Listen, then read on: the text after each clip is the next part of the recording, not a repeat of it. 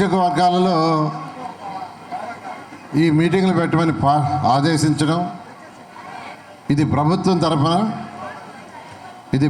తరఫున జరిగే మీటింగు.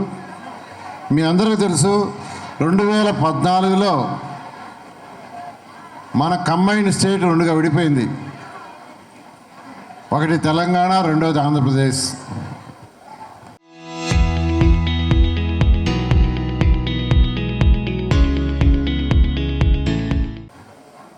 మనకేదైతే అంతకుముందు ఉన్న క్యాపిటల్ తెలంగాణకి వెళ్ళింది.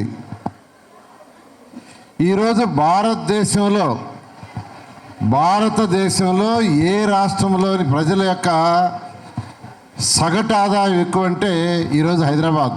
మీకు తెలుసో తెలీదో, భారతదేశంలో ఏ రాష్ట్రంలో ప్రజల యొక్క సగటు ఆదాయం ఎక్కువ అంటే బాంబే, ఢిల్లీ కాదు, హైదరాబాద్ నగరం. అలా కావటానికి కారణం ఏంటంటే మన నాయకుడు, మన గౌరవ ముఖ్యమంత్రి గారు ఎంతో విజన్తో ఆ రోజు హైదరాబాద్ని డెవలప్ చేశారు. అదేవిధంగా ఈ విడిపోయిన రాష్ట్రం 2014లో ఆ రోజు ప్రభుత్వం ఏర్పడటం, ఆదాయం తక్కువ, మనకు ఆదాయం అంతా ఎక్కడైతే క్యాపిటల్ సిటీ ఉంటుందో అక్కడే ఉంటుంది. ఈరోజు మహారాష్ట్ర తీసుకుంటే మహారాష్ట్రకు ఆదాయం ఎక్కడొస్తుందంటే బాంబే నుంచి వస్తుంది.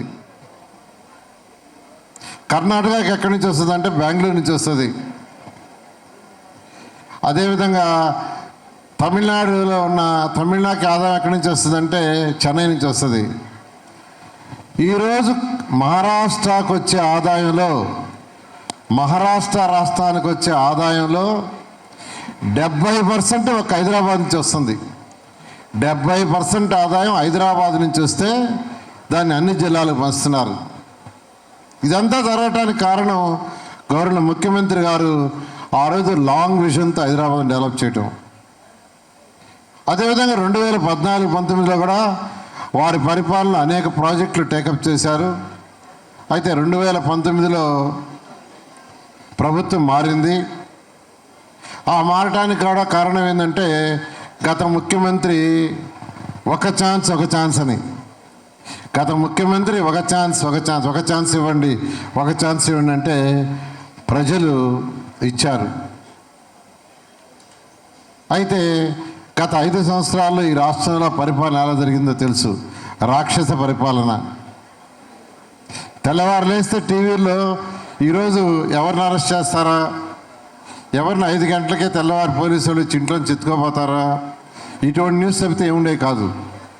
నీకు అందరికీ తెలిసిందే. అయితే 2019, 24లో ఈ రాష్ట్రం అన్ని విధాలా నాశనమైంది. ఏ రాష్ట్రమైనా డెవలప్ కావాలంటే ఇండస్ట్రీస్ రావాలి.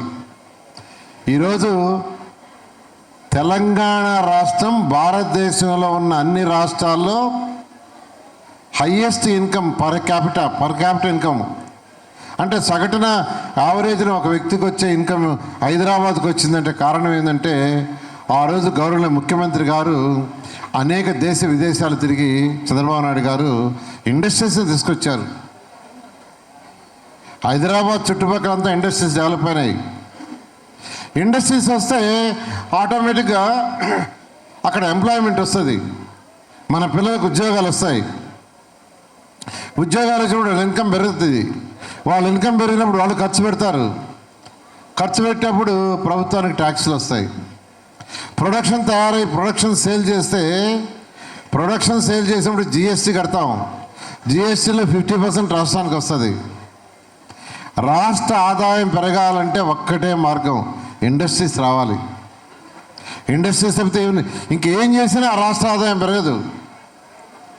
రాష్ట్ర ఆదాయం రావాలంటే ఇండస్ట్రీస్. ఈరోజు అమెరికా అవన్నీ వెల్ డెవలప్డ్, ఎందుకంటే ఇండస్ట్రియల్ రెవల్యూషన్ వచ్చింది అక్కడ. ఆ ఇండస్ట్రియల్ రెవల్యూషన్తో ఇండస్ట్రీస్ రాబట్టి వాళ్ళకి ఇన్కమ్ వచ్చింది. దాన్ని దూరదృష్టిలో పెట్టుకొని గౌరవ ముఖ్యమంత్రి గారు ఆ రోజు హైదరాబాద్ నగరంలో అనేక ఇండస్ట్రీస్ తీసుకొచ్చారు. వాటి ఆదాయం ఈరోజు అడిచేది. అయితే 14-19లో మనం ఏదైతే ఇండస్ట్రీస్ తీసుకొచ్చామో అవన్నీ వెళ్ళిపోయినాయి, భయపడి వెళ్ళిపోయినాయి. ఎగ్జాంపుల్, మళ్ళీ ఈ ప్రభుత్వం వచ్చిన తర్వాత అనేక దేశ విదేశాలు మన యువ నాయకుడు లోకేష్ గారు, అదేవిధంగా గవర్నర్ ముఖ్యమంత్రి గారు తిరగటం, వారి మీద నమ్మకంతో ఈరోజు గత సంవత్సరం భారతదేశంలో వచ్చిన అన్ని రాష్ట్రాలకు వచ్చిన ఇండస్ట్రీస్ తీసుకుంటే 25% అంటే 4వ వంతు మన ఆంధ్రప్రదేశ్కే వచ్చినాయి, ఒక్క ఆంధ్రప్రదేశ్కే. అయితే ఇవన్నీ వీటన్నిటి వల్ల వెంటనే ఆదాయం రాదు, మీకు అందరికీ చెప్తున్నాను. వీటి మీద ఆదాయం రావాలంటే 5 ఏళ్ల నుంచి 10 ఏళ్ళు పెడుతుంది. ఒక ఇండస్ట్రీ స్టార్ట్ చేయటం అంటే మనం పర్మిషన్ ఇవ్వగానే వాళ్ళు స్టార్ట్ చేసేదానికి 1 ఇయర్ పడుతుంది, ప్రొడక్షన్ వచ్చేదానికి 3 ఏళ్ళు పడుతుంది, సేల్స్ మొదలుపెట్టిన తర్వాత ఆ వస్తువులు అమ్ముతూ ఉంటే వాటి మీద జిఎస్టీతో ఆదాయం వస్తుంది, అక్కడ పనిచేసే ఎంప్లాయీస్ ఇన్కమ్ ట్యాక్స్ కడితే ఆదాయం వస్తుంది. కాబట్టి ఇవన్నీ కూడా టైం తీసుకుంటాయి. ఈరోజు 25% ఇండస్ట్రీస్ మన రాష్ట్రానికి వచ్చినాయన్నా అంతటి సరిపోదు, వెయిట్ చేయాలి. కనీసం మరొక 4 ఏళ్ళు 5 ఏళ్ళు వెయిట్ చేస్తే అప్పటి నుంచి ఇన్కమ్ పెరుగుతుంది. ఈ విధంగా గవర్నర్ ముఖ్యమంత్రి గారు మళ్ళా ఈ ప్రభుత్వం ఎన్డీఏ ప్రభుత్వం వచ్చిన తర్వాత అనేక దేశ విదేశాలు తిరిగి తీసుకొస్తున్నారు. దానికి కేంద్రంలోని గౌరవనైన ప్రధానమంత్రి గారు ఎంతో సపోర్ట్ చేస్తున్నారు. కొన్ని ఇండస్ట్రీస్ రావాలంటే కేంద్ర ప్రభుత్వం సపోర్ట్ చేయాలి. కేంద్ర ప్రభుత్వం సపోర్ట్ చేయకుండా కొన్ని ఇండస్ట్రీస్లో కొన్ని వస్తాయి. ఈరోజు గూగుల్స్ మనకు విశాఖపట్నంకి వచ్చిందంటే కారణం ఏంటంటే కేంద్ర ప్రభుత్వం ఇస్తున్న సపోర్ట్. అనేక ఇండస్ట్రీస్ ఈరోజు మనకు కావాల దగ్గర ఇండస్ట్రీస్ వస్తున్నాయంటే కేంద్ర ప్రభుత్వం చేసిన సపోర్టే. కాబట్టి ఈరోజు గౌరవ ముఖ్యమంత్రి గారు అటు కేంద్రంతో కోఆర్డినేట్ చేసుకుంటూ ఈరోజు రాష్ట్రాన్ని ముందుకు తీసుకుపోతున్నారు. అయితే ఎలక్షన్స్కి ముందు మేనిఫెస్టో పెట్టాం. మేనిఫెస్టోలో తీర్చాలంటే డబ్బులు కావాలి. కానీ గత ప్రభుత్వం 10 లక్షల కోట్లు అప్పు చేసి వెళ్ళింది. ఈ ప్రభుత్వం ఆ 10 లక్షల కోట్లు తీరుస్తూ ఈరోజు కేంద్రం దగ్గర నుంచి సహాయం తీసుకుంటూ ఈరోజు 1 by 1 ముందుకు పోతున్నాం. ఈరోజు పెన్షన్స్ కావచ్చు 3,000 నుంచి 4,000 ఇస్తున్నాం. 65 లక్షల మందికి ఇస్తున్నాం. 65 లక్షల మందికి, ఒకరికిద్దరు కాదు. సంవత్సరానికి అయ్యేది 34,000 కోట్ల రూపాయలు. ఒక సంవత్సరానికి అయ్యేది పెన్షన్స్లో కేవలం 34,000 కోట్లు. భారతదేశంలో ఏ రాష్ట్రంలో కూడా 4,000 పెన్షన్స్ లేవు, ఏ రాష్ట్రంలో కూడా లేవు, ఈ రాష్ట్రంలోనే. అదేవిధంగా వికలాంగులకు కానీ లేదా బెడ్ మీద అటెండర్ సపోర్ట్ కావాల్సింటే వాళ్ళకి 15,000 ఇవ్వడం కానీ ఇవన్నీ కూడా ఎలక్షన్స్కి ముందు ఏదైతే మాట ఇచ్చారో మాట తప్పకుండా చేయటం. అదేవిధంగా తల్లికి వందనంలో 67 లక్షల మంది పిల్లలకి ఇస్తున్నాం. 67 లక్షలు, 1, 2 కాదు. ఎంతమంది పిల్లలు ఉంటే అంతమంది. ఇప్పుడే ఒక కుటుంబంలో 5 మంది పిల్లలకి పెన్షన్ ఇచ్చినట్టు కమిషనర్ గారు ఇప్పుడు తీసుకొచ్చారు. 67 లక్షల మందికి ఇస్తున్నాం. భారతదేశంలో ఎక్కడ ఇవ్వటంలా. ఇది ఎందుకంటే ఎన్డీఏ కూటమి ఎలక్షన్స్ ముందు మేనిఫెస్టోలో పెట్టింది. ఉచిత బస్సు ప్రయాణం ఎలక్షన్స్ ముందు చెప్పాం. 3 సిలిండర్లు ఎలక్షన్స్ ముందు చెప్పాం. అదేవిధంగా రైతు సోదరులకి 20,000 రూపాయలు కేంద్ర ప్రభుత్వం 6,000 ఇస్తుంది, 14,000 రాష్ట్ర ప్రభుత్వం ఇస్తుంది, 20,000 రూపాయలు. అదేవిధంగా మీకు అందరికీ తెలుసు, ఆటో డ్రైవర్లకు కావచ్చు, ఇమాములకు కావచ్చు, మౌజంలు కావచ్చు, అదేవిధంగా అనేక సంక్షేమ పథకాలు 1, 2 కాదు. ఒక ప్రభుత్వం నడపాలంటే అటు సంక్షేమం ఉండాలి, ఇటు డెవలప్మెంట్ ఉండాలి. డెవలప్మెంట్ లేకుండా, ఇండస్ట్రీస్ లేకుండా ఉంటే మన పిల్లల యువతకి భవిష్యత్తు ఉండదు, భవిష్యత్తు అంధకారం. అదేవిధంగా పేదలు నిరుపేదలు ఎవరైతే ఉండారో వాళ్ళకు కొంత లిఫ్ట్ ఇవ్వకుండా ఉంటే వాళ్ళు ముందుకు పోలేరు. అందువల్ల ఈ ప్రభుత్వం సంక్షేమం అభివృద్ధి రెండు కళ్ళుగా భావించి ఈరోజు ఈ రాష్ట్రంలో గౌరవ ముఖ్యమంత్రి గారు డబ్బులు లేకపోయినా, ఖజానా ఖాళీ అయినా ఈరోజు అటు కేంద్ర ప్రభుత్వంతో సపోర్ట్ చేసుకుంటూ ముందుకు పోతున్నారు. అందుకే ఒక మంచి రాజధాని కట్టాలి. ఒక రాజధాని ఉంటే రాష్ట్రానికి ఈరోజు హైదరాబాద్, తెలంగాణకి ఏ విధంగా అయితే హైదరాబాద్ ఆదాయాన్ని ఇస్తుందో, తమిళనాడుకి ఎట్లయితే చెన్నై ఆదాయాన్ని ఇస్తుందో, కర్ణాటకకి ఏ విధంగా అయితే బెంగళూరు ఇస్తుందో, మహారాష్ట్రకి ఏ విధంగా అయితే బాంబే ఇస్తుందో, అలాగే మన ఆంధ్ర రాష్ట్రానికి కూడా ఒక రాజధాని ఉండాలి. అక్కడ నుంచి ఇన్కమ్ జనరేట్ కావాలి, మిగతా అన్ని జిల్లాలకి పంచాలనే ఉద్దేశంతో ఈరోజు గౌరవనీయ ముఖ్యమంత్రి గారు రాజధాని మీద ప్రత్యేకమైన దృష్టి సాధించి ప్రపంచంలో ఉన్న రాజధానుల్లో టాప్ 5లో ఒకటి కట్టాలని నిర్ణయించారు. ఇది మాటలు కాదు, నేను అనేక దేశ విదేశాలు తిరిగా. నిన్న కూడా యాక్చువల్గా సింగపూర్, మలేషియా రాత్రి వచ్చా. అనేక దేశ విదేశాలు అమరావతి రాజధాని కోసం తిరిగా. గవర్నర్ ముఖ్యమంత్రి గారితో పోయాను ఎన్నోసార్లు. అక్కడ ఆ దేశాల్లో ఉండే రాజధానులన్నీ స్టడీ చేశాను. నాకు ముఖ్యమంత్రి గారు ఒకటి ఇచ్చారు ఎక్సైజ్, నారాయణ ప్రపంచంలో టాప్ 5లో ఒక రాజధాని మనకు కావాలి, దీన్ని చూడటానికి అందరూ రావాలి, అదొక టూరిజం ప్లేస్ కావాలంటే ఈరోజు అదే విధంగా జరుగుతుంది. ఎవరు ఊహించినంత విధంగా ఈరోజు అమరావతి రాజధానిలో అడ్మినిస్ట్రేటివ్ 5 టవర్లు, ఒక్కొక్కటి 48 అంతస్తులు, 50 అంతస్తులు, డయాగ్రిడ్ టెక్నాలజీ. భారతదేశంలో ఎక్కడ కూడా టెక్నాలజీ లేదు. భారతదేశంలో ఇంతవరకు ఎక్కడ కూడా డయాగ్రిడ్ టెక్నాలజీ లేదు. మన ఆంధ్రప్రదేశ్లో అమరావతిలో కడుతున్నాం. అసెంబ్లీ హైట్ 250 మీటర్ల హైటు, 250 మీటర్లు. 40 రోజులు అసెంబ్లీ ఉంటుంది, మిగతా రోజుల్లో దాన్ని ఖాళీగా ఉంచకూడదు, అదొక టూరిజం ప్లేస్ కావాలని ముఖ్యమంత్రి గారు చెప్తే 250 మీటర్ల హైట్తో దాన్ని డిజైన్ చేశారు. పైకి లిఫ్ట్ పోతుంది, పబ్లిక్ పైకి పోయి సిటీ అంతా చూడవచ్చు. అలా ఈరోజు అమరావతి రాజధాని ఎంతో వేగవంతంగా జరుగుతుంది. దాదాపు 60,000 కోట్ల రూపాయలు టెండర్లు ఇచ్చి జరుగుతున్నాయి. 60,000 కోట్ల రూపాయలు, అంతా ఇంత కాదు. దానికి కూడా జగన్మోహన్ రెడ్డి కామెంట్ చేస్తున్నారు. దానికి కూడా అంటే ఈ ప్రభుత్వం వచ్చిన తర్వాత అక్కడ రైతులు పాపం 34,000 ఎకరాలు ఇచ్చారు ల్యాండ్ పూలింగ్లో. వాళ్ళలా గత 5 సంవత్సరాలు వాళ్ళని కొట్టడం, అరెస్ట్ చేయటం, కేసులు, సుప్రీంకోర్టు దాకా పోయారు. మళ్ళా ఈసారి ఏదైనా పొరపాటు జరిగితే మా పరిస్థితి ఏంటంటే, వాళ్ళు రాజధాని మార్చకుండా చట్టం చేయమంటే, చట్టం చేయాలంటే కేంద్రం చేయాలి.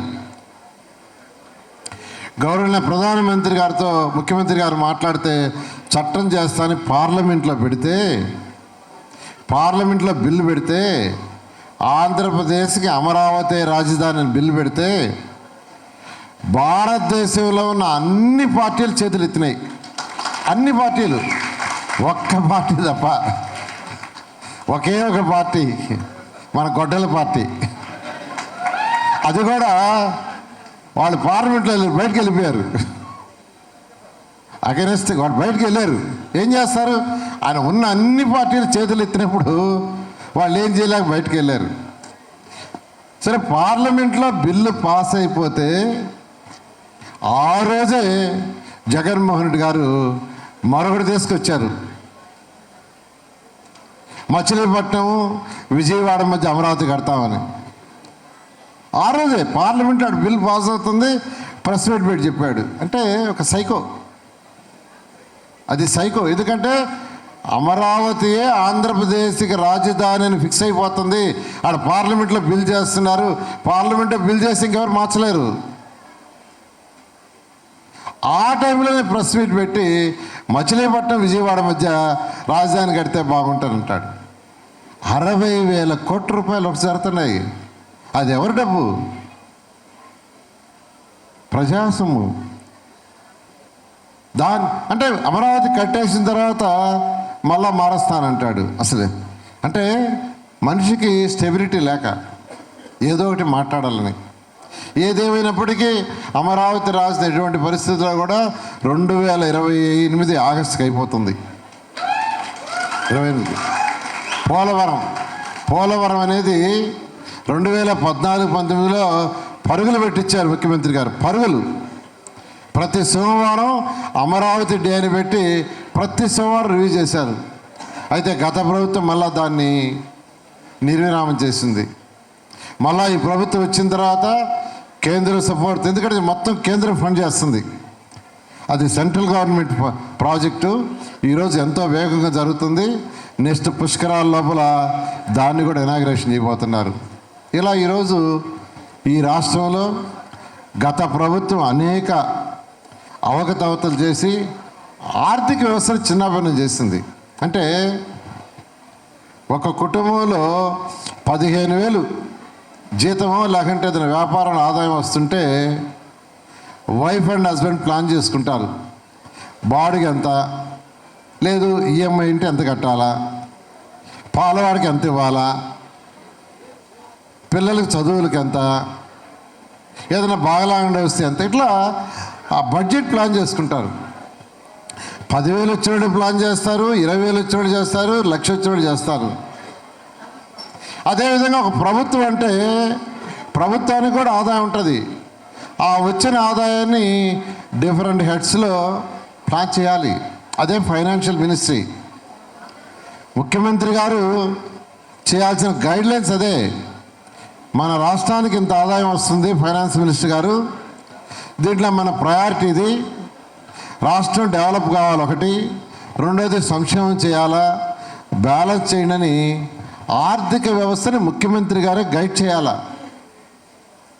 ఈరోజు మన ముఖ్యమంత్రి గారే గైడ్ చేస్తున్నారు. కానీ గత ప్రభుత్వంలో మొత్తం చిన్న భిన్నం. ఎంత చిన్న భిన్నం అంటే 2 ఎగ్జాంపుల్స్ చెప్తాను. 14-19 విదేశాఖ నేను మంత్రిని.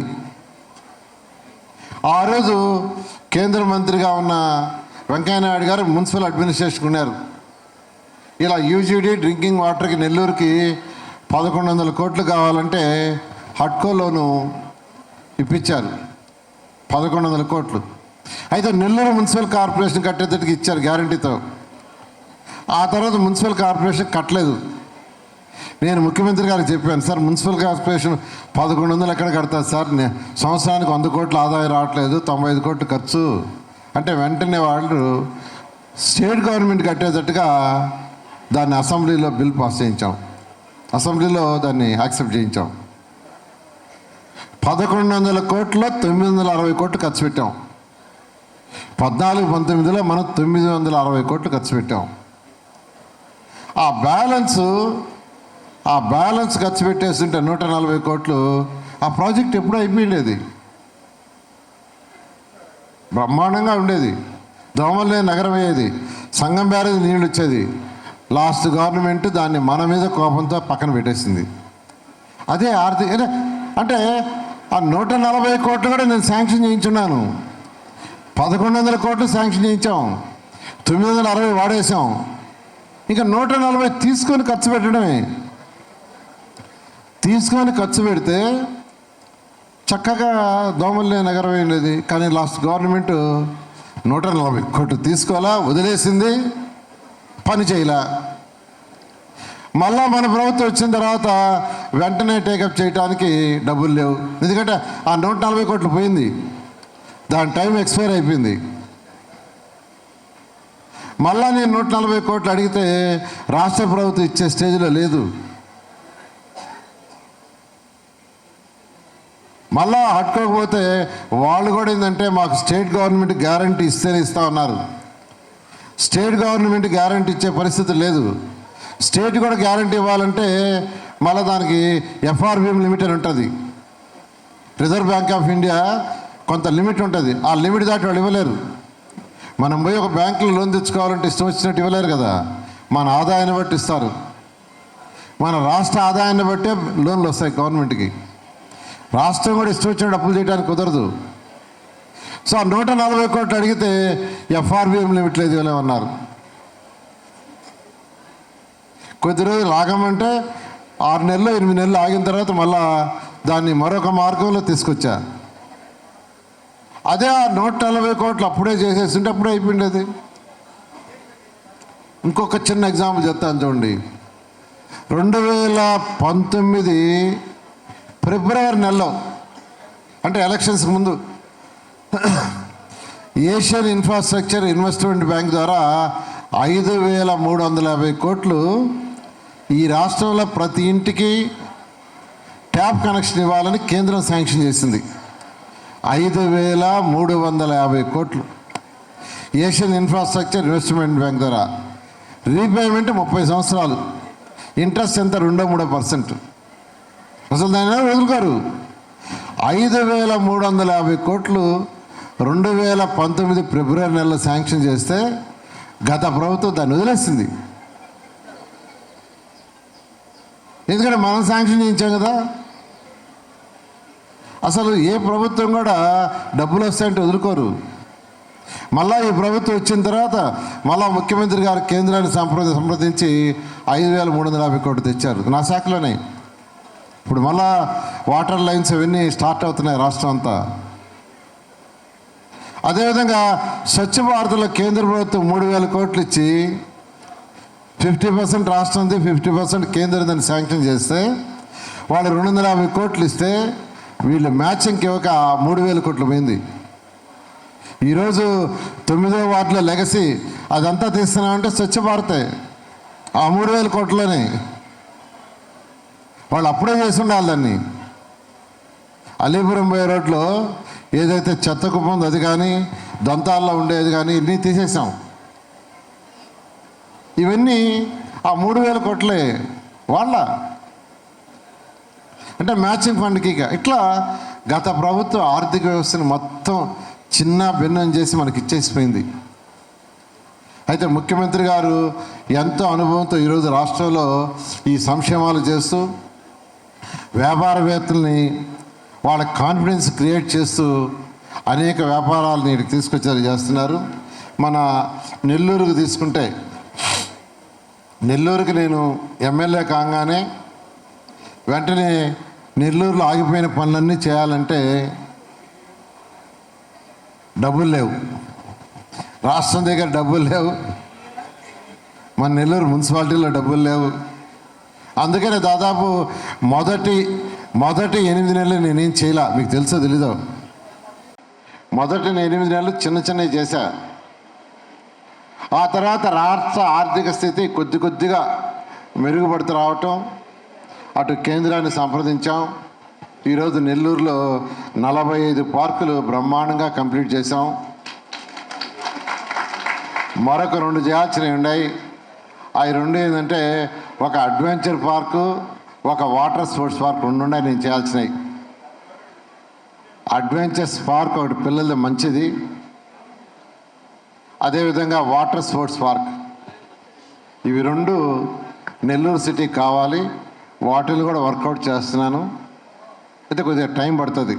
నేను యాక్చువల్గా మలేషియాలో స్పెషల్గా పోయి చూసి వచ్చాను. అది పనిగా వాటర్ స్పోర్ట్స్ అడ్వెంచర్స్ పార్క్ వాళ్ళు కూడా కాంట్రాక్ట్ చేశాను. పీపీపీ మోడల్లో రండి, సైట్ ఇస్తాం, కట్టండి అని. అయితే కొంత టైం పడుతుంది. ఆ 2 కానీ పూర్తి చేస్తే నెల్లూరులో పార్కులు, అడ్వెంచర్ పార్కు కంప్లీట్ అవుతాయి. తర్వాత స్పోర్ట్స్ కూడా డెవలప్ చేయాలి. దానికి 54-53 డివిజన్లో పాలిటెక్నిక్ కాలేజీలో ఒక sports ground, cricket play ground ఏర్పాటు చేస్తున్నాం. 53 54లో ఒక 5 ఎకరాలు అప్పుడు ఇచ్చింది. 2014-19 ఐ థింక్ అప్పుడు అజీజ్ గారు ఉన్నారు. దాంట్లో యాక్చువల్గా ఏంటంటే డిఫరెంట్ స్పోర్ట్స్కి ప్లాన్ చేస్తున్నాం. అదేవిధంగా విఆర్ హై స్కూల్లో కూడా అక్కడ కూడా కొన్ని స్పోర్ట్స్ గేమ్స్ని ఆ గ్రౌండ్లో, విఆర్ కాలేజ్ గ్రౌండ్లో కూడా చేస్తామనే దాంతో అది కూడా ప్లాన్ చేస్తున్నాం. అంటే స్పోర్ట్స్ అంటే ఒక నగరం అంటే పార్కులు, స్పోర్ట్స్, కమ్యూనిటీ హాల్స్ ఈరోజు అవసరం లేదు. ఎందుకంటే ప్రైవేట్ చాలా వచ్చేసినాయి. ప్రైవేట్ వచ్చినాయి, కొన్ని గవర్నమెంట్ ఉంటే కొన్ని గవర్నమెంట్ చేస్తుంది. అన్నిటికంటే ఇంపార్టెంట్ పేదలు నిరుపేదలకి మంచి చదువు ఉండాలండి. ఎవరైనా డెవలప్ కావాలంటే అల్టిమేట్గా చదివే. నేను నమ్మేది అదే. నేను కూడా ఆ చదువు ద్వారానే ఈరోజు మీ ముందే నిలబడ్డా, ఇలాంటి ఇక్కడ నిలబడి ఉన్నాను. అందువల్ల పిల్లలకి మంచి చదువు ఇవ్వాలనే ఉద్దేశంతో ఎలక్షన్ అప్పుడు మీ అందరితో సర్వేపల్లి కాలువ కట్ట, పెన్నా కట్ట, జాఫర్ కట్ట, కుసుమారు, అర్జునవాడ తిరిగినప్పుడు అక్కడ ఉన్న వాళ్ళ యొక్క స్థితిగతులను అడిగినప్పుడు నాకు అనిపించింది ఏంటంటే, ఈ పేదలు నిరుపేదలకి హై క్వాలిటీ ఆఫ్ ఎడ్యుకేషన్ ఇవ్వాల్సిందే అని వెంటనే విఆర్ హై స్కూల్ డెవలప్ చేసాం, మీకు అందరూ తెలుసు. అదేవిధంగా డిఎస్ఆర్ స్కూల్ కూడా అయిపోయింది. సుధాకర్ రెడ్డి డిఎస్ఆర్ కన్స్ట్రక్షన్ అడిగితే అతను కూడా దాన్ని కట్టడానికి ప్రిపేర్ అయ్యి 2 ఫ్లోర్లు కంప్లీట్ చేశారు. ఫ్యూచర్లో మరొక 2 ఫ్లోర్లు కూడా కంప్లీట్ చేస్తారు. వేమిరెడ్డి ప్రభాకర్ రెడ్డి గారు ఒక స్కూల్ చేస్తున్నారు. జిగ్మా కంపెనీ వాళ్ళ స్కూలు, టీవీఎస్ వెహికల్స్ స్కూటీ వాళ్ళు ఒక స్కూల్ తీసుకుంటున్నారు. రెడ్డి ల్యాబ్స్ వాళ్ళకు స్కూల్ తీసుకున్నారు. ఇట్లా అదేవిధంగా ఎంపీ రమేష్ వాళ్ళకు స్కూల్ తీసుకున్నారు. ఇట్లా ఒక్కొక్కరు ఒక్కొక్క స్కూల్ తీసుకున్నారు. ఇవన్నీ కూడా నెక్స్ట్ అకాడమిక్ ఇయర్కి అవుతాయి. ఈ అకాడమిక్ ఇయర్కి అనుకున్నాము. అయితే వాళ్ళందరూ డిసెంబర్ దాకా టైం ఇవ్వండి సార్, మా బోర్డు మీటింగ్లో అప్రూవల్ చేయాలన్నారు. ఓకే అన్నాం. అదేవిధంగా వర్క్ బోర్డ్స్ చైర్మన్ గారు వారి ఒక 5 ఎకరాల సైట్ని ఇచ్చారు. అక్కడ బ్రహ్మాండమైన స్కూల్ ఒకటి తయారవుతుంది, ఇంక్లూడింగ్ స్విమ్మింగ్ పూల్. అక్కడైతే స్విమ్మింగ్ పూల్ కూడా వచ్చేటట్టుగా పిల్లలకు వీఆర్ ప్లానింగ్. అయితే విఆర్ హై స్కూల్ అనేది నేను చదివిన స్కూలు. అక్కడ స్కూల్కి యాక్చువల్గా మా పిల్లలు, నాగార్జున కంపెనీ ఇద్దరు కలిసి దాన్ని డెవలప్ చేశారు. ఇంకా కూడా డెవలప్ చేస్తారు. అక్కడ బస్సులు 10 బస్సులు పెట్టాం. మీకు తెలుసో తెలీదో, బస్సుకి 1,10,000 నారాయణ గ్రూప్ కడుతుంది ఒక్కొక్క బస్సు నెలకి 1,10,000 అంటే 11 లక్షలు ఎవ్రీ మంత్ ఆ స్కూల్ బస్సులకి నారాయణ గ్రూప్ నుంచి కడుతున్నారు. ఈ మధ్య 4 బస్సులు ఒక బ్యాంక్ వాళ్ళు ఇచ్చారు. బస్సులు వాళ్ళు ఇస్తే మెయింటెనెన్స్కి 65,000 కడుతున్నారు. బస్సు వాళ్ళు ఇవ్వకుంటే బస్సు కూడా వాళ్ళే పెడితే 1,10,000. అయితే మొత్తం మీద 10 బస్సులు డిఫరెంట్ బ్యాంక్స్ ద్వారా వాళ్ళ ద్వారా తీసుకుంటాను. నెలకు 68,000, 6,80,000 ఎవ్రీ మంత్ ఈరోజు నారాయణ గ్రూప్ నుంచి పిల్లల బస్సు కడుతున్నారు. పిల్లలకి మార్నింగ్ బ్రేక్ఫాస్ట్ ఇస్తున్నారు, ఈవినింగ్ స్నాక్స్ ఇస్తున్నారు. ఇవాళే మా మిస్సెస్కి చెప్పాను, అక్కడ 10th క్లాస్ పిల్లల్ని స్పెషల్గా చదివించేందుకు హెడ్ మాస్టర్తో మాట్లాడు. వాళ్ళు నైట్ కూడా లేట్ నైట్ దాకా అక్కడే ఉండి చదువుకుంటా ఉంటే, అక్కడ ఆడుకొని చదువుకుంటా ఉంటే నైట్ కూడా వాళ్ళకి భోజనం ఏర్పాటు చేయమని అక్కడ 10th క్లాస్ పిల్లలకి. ఇది నా నైతిక బాధ్యతగా చేస్తున్నా, మీ అందరికీ చెప్తున్నాను. ఆ స్కూల్ కూడా వచ్చి వైసీపీ వాళ్ళు వచ్చేసి దాని మీద కూడా కామెంట్ చేశారు. అసలు దాని మీద కూడా కామెంట్ చేశారంటే ఇక అసలు మనుషులు కాదు. కాబట్టి నెల్లూరులో 15 స్కూల్స్ విఆర్ హై స్కూల్ కంటే బ్రహ్మాండంగా తయారవుతాయని మీకు అందరికీ తెలియజేస్తూ, అన్ని స్కూల్స్లో నారాయణ స్కూల్ లాగా ఫౌండేషన్ స్టార్ట్ చేయించాను. నారాయణ స్కూల్ ఏ మెటీరియల్ ఉందో అదేవిధంగా మెటీరియల్ చేయించాం. మీ అందరికీ చెప్తున్నాను. ఇవన్నీ కూడా ఎందుకంటే అల్టిమేట్గా మన నగరం డెవలప్ కావాలంటే, మన దగ్గర ఉన్న పేదలు నిరుపేదలు డెవలప్ కావాలంటే వాళ్ళు చదువుకోవాలి. చదువు ఒకటే. అదేవిధంగా రూరల్లో కూడా శ్రీధర్ రెడ్డి గారిని కాంటాక్ట్ చేశా. అక్కడ కూడా కొన్ని స్కూల్స్ డెవలప్ చేయడానికి ఫస్ట్ ఒక స్కూల్ టేకప్ చేసాం. తర్వాత పిల్లలకి సైకిళ్ళు ఇస్తామని మన రూప్ గారితో డిస్కస్ చేశాను. ఈరోజు 7వ తరగతి, 8వ తరగతి, 9వ తరగతి, 10వ తరగతి చదువుతున్న పిల్లలందరికీ సైకిల్ తెప్పించుండాయి. అది విఆర్ కళాశాలలో. ఎన్ని సైకిళ్ళు మొత్తం? 7,000 సైకిళ్ళు వచ్చున్నాయి. ఇంకా బ్యాలెన్స్ కూడా వస్తాయి. అవన్నీ కూడా గౌరవ మంత్రివర్యులు యువ నాయకుడు లోకేష్ గారిని అడిగాను. వర్చువల్గా చేస్తారా లేకుంటే వస్తారంటే వస్తానన్నారు. అటు వారి కోసం వెయిటింగ్. నేను మళ్ళా కనుక్కుంటాను. వారు వస్తానంటే సరే, లేదంటే వర్చువల్గా అయినా ఇనాగరేషన్ చేయమంటాం. ఎందుకనంటే అది కూడా చెప్తున్నాను, నేను హరినాథపురంలో ఉండేవాళ్ళం. విఆర్ హై స్కూల్కి ప్రతిరోజు ఉదయం నడిచి వచ్చేవాళ్ళం, మళ్ళీ నడిచిపోయాడు. మధ్యాహ్నం 1 అవర్ బ్రేక్ ఉండేది. 1 అవర్లో హరినాథపురం పోయి భోంచేసి మళ్ళీ వచ్చేవాడిని. కాబట్టి ఆ ఇబ్బందులన్నీ నాకు తెలిసినవాడిని. కాబట్టి ప్రతి పిల్లవాడు అటువంటి ఇబ్బందులు పడకూడదని అందరికీ సైకిల్ ఇవ్వాలా. నెల్లూరులో చదువుకునే పిల్లలందరికీ, అటు రూరల్ అయినా అర్బన్ అయినా, రూరల్లో కూడా అందరికి ఇస్తున్నాం. తర్వాత మీకు అందరికీ తెలిసిందే, ఈరోజు మా నారాయణ గ్రూప్ నుంచి అయితే ఈరోజు అటు కాపు భవన్ కావచ్చు, దానికి 14-19 1 crore ఇచ్చారు. ఈసారి మళ్ళీ 1 crore ఇచ్చేశారు. బీసీ భవన్కి ఇచ్చారు. అదేవిధంగా బల్జీ భవన్కి ఒక 50 lakhs ఇచ్చారు. అదేవిధంగా 54వ డివిజన్లో షాదీ మంజులకి వేమిరెడ్డి ప్రభాకర్ రెడ్డి గారు నేను ఒక 50 lakhs ఇవ్వడం జరిగింది. అదేవిధంగా 42లో ఉన్న షాదీ మంజులకి ఒక 30 lakhs ఇచ్చింది, ఒక 30 lakhs. ఇలా అనేకమైన చేస్తున్నారు. వీటితోటే అన్నిటికంటే ఇంపార్టెంట్ అంటే చెప్పాలి కాబట్టి చెప్తున్నాను, నారాయణ నేత్రజ్యోతి. నిజంగా చాలా హ్యాపీ నేను. ఎందుకంటే మా మెడికల్ కాలేజీలో డెంటల్ డిపార్ట్మెంటు కంటి డాక్టర్లను పిలిచి నెల్లూరు సిటీలో, నెల్లూరు రూరల్లో పేదలు నిరుపేదలు ఎవరైతే ఉన్నారో వాళ్ళందరికీ ట్రీట్మెంట్ చేయాలంటే ఈరోజు చక్కగా చేస్తున్నారు. ఫస్ట్లో 150-200 చేస్తున్నారు. నేను వద్దని రిస్ట్రిక్ట్ చేశా. రోజు 60 మంది చూడండి, మ్యాక్సిమం 50.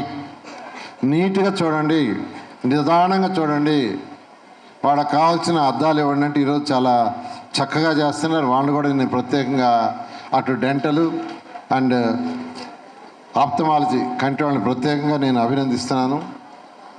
తర్వాత మన కాన్స్టిట్యున్సీకి వచ్చేళ్ళకి ఒకటి యూజీడీ కొన్ని ఏరియాలకు లేదు, దానికి మళ్ళీ ఇప్పుడు శాంక్షన్ చేశాను. మరొక 400 కోట్లు టౌన్కి. అదేవిధంగా రూరల్కి కూడా మరొక 400 కోట్లు శాంక్షన్ చేయించాను. 800 కోట్లు గౌరవ ముఖ్యమంత్రి గారు ఏషియన్ ఇన్ఫ్రాస్ట్రక్చర్ ఇన్వెస్ట్మెంట్ బ్యాంక్ ద్వారా అమృత్ 2.0లో శాంక్షన్ చేశారు. మెగా వాళ్ళకి వచ్చినాయి ఆ టెండర్లు, వాళ్ళు ఆల్రెడీ స్టార్ట్ చేశారు. నెల్లూరు కార్పొరేషన్ మొత్తంలో 100% యూజీడీ మార్చేస్తాం. అయితే కొద్దిగా టైం పడుతుంది. 860 కోట్లు మొత్తం శాంక్షన్ అయ్యి ఉండేది. 860 కోట్లు, అంతా ఇంత కాదు, డబ్బులు లేవు. అయినా ఈ ప్రాజెక్టులన్నీ కేంద్ర ప్రభుత్వంతో డిస్కస్ చేసి వాళ్ళు ఒక 50% ఇచ్చేటట్టుగా, మనం ఒక 50% పెట్టుకునేటట్టుగా ఈరోజు ఈ ప్రాజెక్టులు శాంక్షన్ అయినాయి. అదేవిధంగా 2017లో ఫ్లడ్ వచ్చింది, మీకు తెలుసు. నెల్లూరు నగరం సగం మునిగిపోయింది. మరి ఆ 42 ఆ డివిజన్లో అయితే 2వ ఫ్లోర్ కూడా నీళ్ళు వచ్చినాయి. ఆ రోజు పడవలో పోయాం లోపలికి. ఆ రోజు అజీత్ గారు ఉన్నారు. గవర్నర్ ముఖ్యమంత్రి స్వయాన్ని ఏడొచ్చి 4 రోజులు ఉన్నారు. 4 రోజులు బస్సులో పడుకొని వారే రివ్యూ చేశారు. 4 days. అలాంటిది మళ్ళా జరగకూడదని గవర్నర్ ముఖ్యమంత్రి గారితో మాట్లాడితే ఏం కావాలంటే 50 కోట్ల రూపాయలు అయితే ఆ డ్రైన్స్ అన్నిటినీ వైడెన్ చేస్తాం సార్ అంటే లాస్ట్ బడ్జెట్లో శాంక్షన్ చేశారు. ఈరోజు 50 కోట్లతో వర్క్ స్టార్ట్ అయినాయి. అవన్నీ కూడా కంప్లీట్ చేస్తాం. దీనికి మీరు అందరూ సహకరించాలి. ఒరిజినల్గా ఆ కాలవాడే వెడల్పు ఎంతో అంత తీస్తే చాలా ఇళ్ళు పోతాయి నాకు తెలుసు. ఒక్కొక్క కాలువ వెడల్పు 30 అడుగులు, 40 అడుగులు, 20 అడుగులు. అలా కాకుండా మినిమం ఎంత కావాలో, వాటర్ ఫ్లో కావడానికి ఎంత కావాలో అంత అధికారులు ఏమన్నా ఆ విధంగా వేశారు. కొన్ని దగ్గరలో ఇల్లు తీశారు, వర్క్ జరుగుతుంది.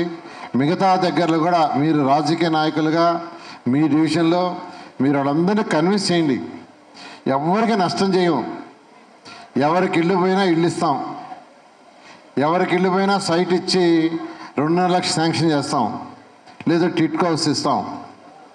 కాబట్టి నేను అందరినీ రిక్వెస్ట్ చేస్తున్నా, మీడియా తరఫున నెల్లూరు కాన్స్టిట్యున్సీ ప్రజలందరూ రిక్వెస్ట్ చేస్తున్నాను, ఎక్కడైతే కాలువలు ఉన్నాయో, ఎక్కడైతే కాలువలు రెండు పక్కల కాంక్రీట్ వాళ్ళు కట్టి పైన స్లాబ్ వేస్తున్నారో దానికి అందరూ సహకరించాలని, దానికి కార్యకర్తలందరూ కూడా 3 పార్టీల కార్యకర్తలు కూడా దానికి సపోర్ట్ చేసి మిగతా కెనాల్స్ కూడా, అంటే ఇప్పుడు ఏదైతే చేస్తున్నారో మరొక నెల అయిపోతాయి, అది అయిపోయిన తర్వాత మిగతా కూడా టేకప్ చేస్తారు.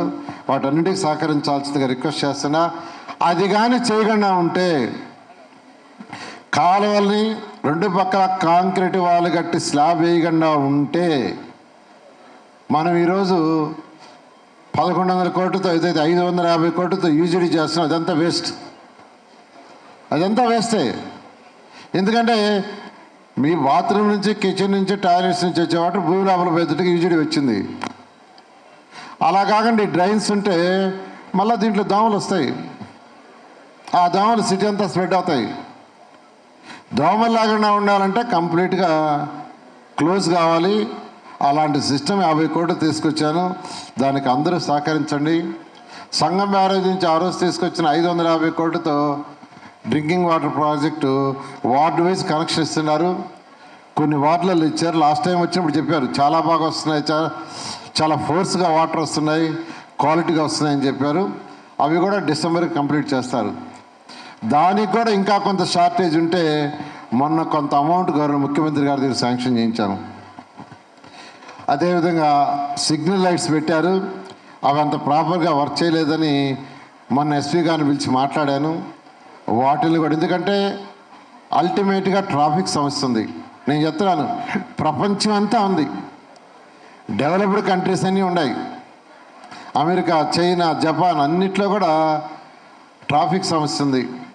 ట్రాఫిక్ సమస్యను కొంత కంట్రోల్ చేయడానికి సిగ్నల్స్ అనేవి కొంతవరకు, కాబట్టి లేటెస్ట్ టెక్నాలజీతో వాటిని పెట్టారు.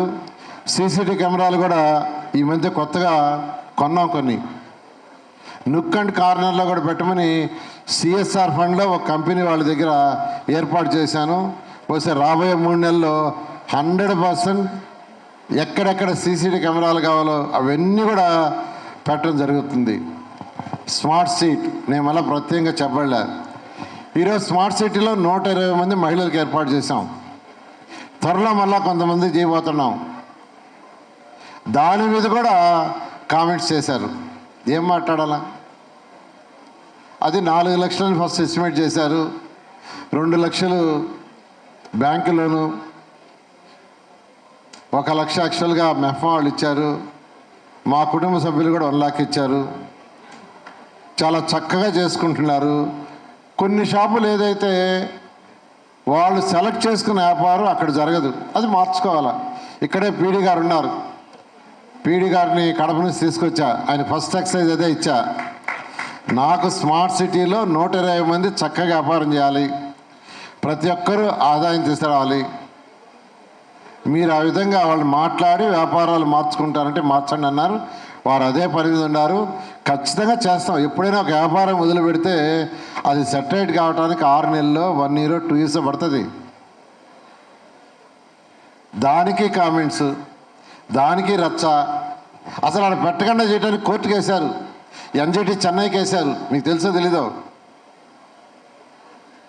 ఎన్జిటి చెన్నైలో వేశారు దాన్ని ఆపాలని. కానీ దానికి తగ్గట్టుగా మనం కలెక్టర్ గారు వాళ్ళు రిపోర్ట్ ఇచ్చి దాన్ని ఆపకుండా చేశారు. ఇలాంటి అదే అయిపోయేది. చెట్లు, ట్రీ ప్లాంటేషన్స్, నిజం చెప్తానంటే 1 పైసా మున్సిపాలిటీ నుంచి ఖర్చు పెట్టాల, సింగిల్ పైసా, 1 పైసా చెట్లు ఖర్చు పెట్టాల. అన్ని బయట నుంచి సిఎస్ఆర్ ఫండ్ తెచ్చా. అయితే ఫస్ట్ కమిషనర్ గారిని ఎస్టిమేషన్ ఏమన్నా, ఒక్కొక్క చెట్టుకి ఎంత అవుతుంది, గుంటలు తవ్వటానికి ఎంత అవుద్ది, చెట్టు వేయడానికి ఎంత అవుద్ది, నీళ్లు పెట్టడానికి ఎంత అవుతుంది, ఎస్టిమేషన్ ఏమన్నా. ఎస్టిమేషన్ వేశారు. ఇప్పుడు నేను ఎవరికన్నా చెప్పాలన్నా సిఎస్ఆర్ ఫండ్ మీద ఒక దాత ఉన్నాడు, అయ్యా ఇదిగో 100 చెట్లు నువ్వేంటే ఎంత ఖర్చు అవుతుందో అడుగుతాడు కదా అని చెప్పాలి కదా. ఒక 1000 చెట్లు నువ్వేని అడిగితే ఒక దాతని ఎంత అవుతుంది సార్ అడుగుతారు. వాళ్ళే చెట్లు తెచ్చేవారు. నేను అడిగే దాతలు ఎట్టాడు అంటే వాళ్ళంతా పెద్ద పెద్ద బిజినెస్ చేసేవాళ్ళు.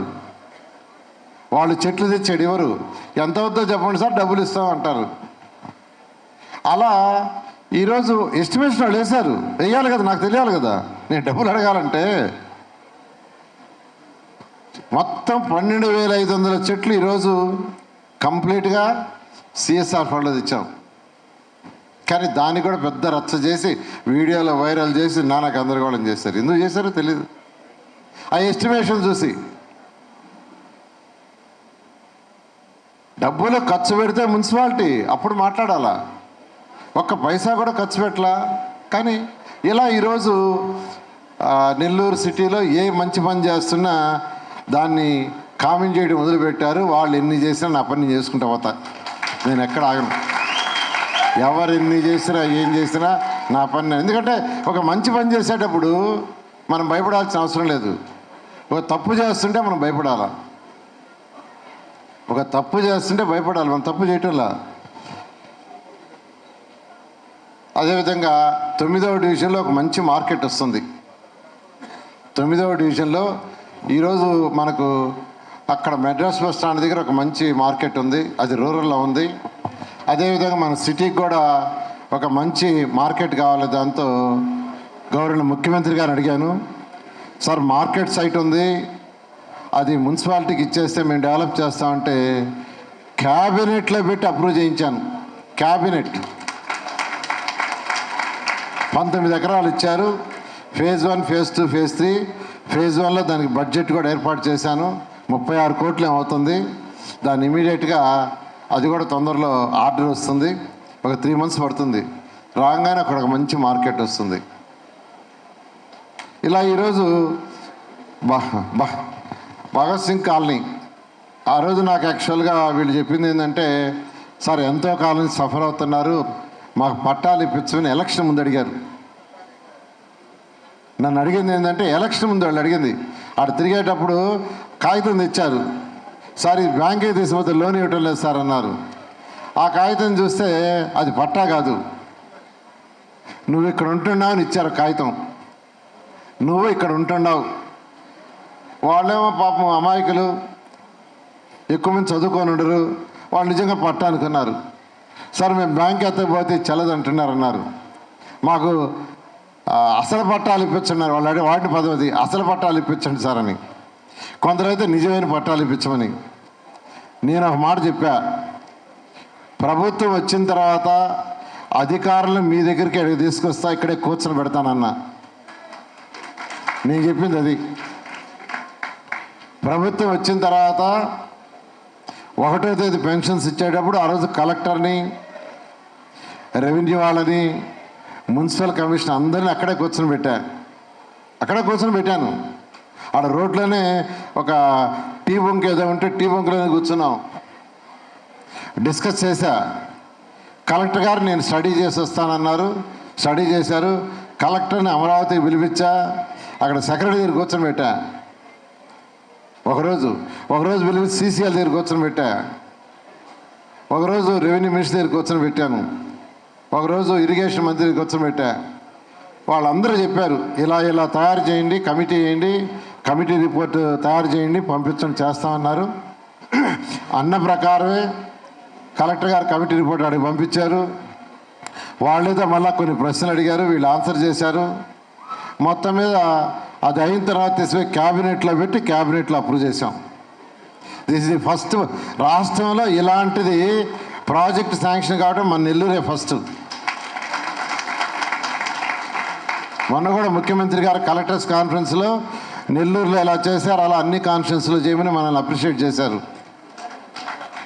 ఇలా ఈరోజు 1 by 1 చేసుకుంటూ వస్తున్నాం. నెల్లూరు టౌన్కి మీ అందరికీ నేను చెప్తున్నాను, నెల్లూరు టౌన్కి ఏదైతే చేయాలో రాబోయే 3 సంవత్సరాలు మీ అందరి సపోర్ట్తో, 3 పార్టీల సపోర్ట్తో 100కి 100 పాళ్ళు ప్రజలు ఎక్స్పెక్ట్ చేసిన దానికంటే ఎక్కువ చేస్తాం. మీ అందరూ చెప్తున్నాను. మరొకటి ఎంప్లాయ్మెంట్కి మా మేనల్లుడు వినయ్ ఉన్నాడు, ఇంజనీరింగ్ కాలేజీలో ఎంప్లాయ్మెంట్ చూస్తుంటాడు.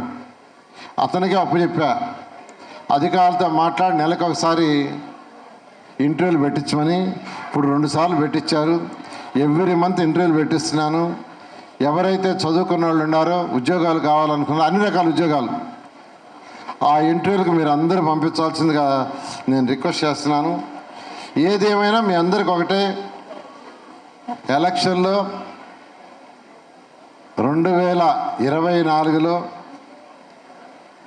ఎవరు ఊహించిన విధంగా 72,400 ఓటుతో నన్ను గెలిపించారు. నెల్లూరు ప్రజలకి చేయాల్సిన నైతిక బాధ్యత నాకుంది. నెల్లూరులో పుట్టి పెరిగి ఈ స్టేజ్కి వచ్చినందుకు ఖచ్చితంగా గౌరవ ముఖ్యమంత్రి గారు నాకు ఒక మంచి అవకాశం ఇచ్చారు. ఖచ్చితంగా నెల్లూరు సిటీని భారతదేశంలో వన్ ఆఫ్ ది బెస్ట్ సిటీగా చేస్తా, వదలను. ఎందుకంటే నేను అనేక దేశ విద్యార్థులు చేసినప్పుడు ఇన్ని స్టడీ చేసి వచ్చాను. అయితే వాళ్ళకి ఫండ్ ఎక్కువ ఉంటుంది, మనకు ఫండ్ తక్కువ ఉంటుంది. సింగపూర్లో నిన్నే మాట్లాడా. సింగపూర్ అనేది ఎంతదంటే మన విశాఖపట్నం కార్పొరేషన్ అంతా.